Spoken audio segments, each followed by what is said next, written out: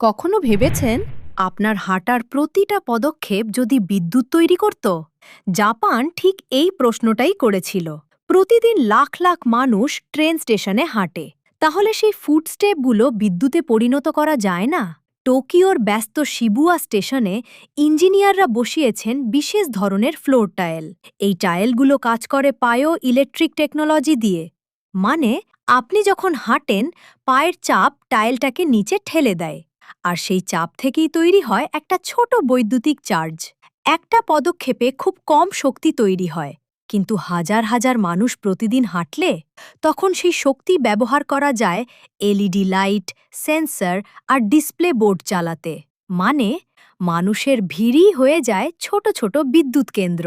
এখানেই আসে বড় প্রশ্নটা, কিছু দেশ যখন ফুটস্টেপস থেকে বিদ্যুৎ বানাচ্ছে, তখন আমরা কি এখনো মৌলিক অবকাঠামো ঠিক করতেই ব্যস্ত? কারণ বড় উদ্ভাবন সবসময় বড় প্রকল্প দিয়ে শুরু হয় না, শুরু হয় ছোট পরীক্ষায়। প্রশ্নটা এখন আমাদের, আমরা কি ভবিষ্যতের শহর তৈরি করছি, নাকি এখনও অতীতের সমস্যাই মেরামত করছি? এমন আরও চিন্তামূলক গল্প জানতে দীপ ভিউ বেঙ্গলি চ্যানেলটি সাবস্ক্রাইব করুন।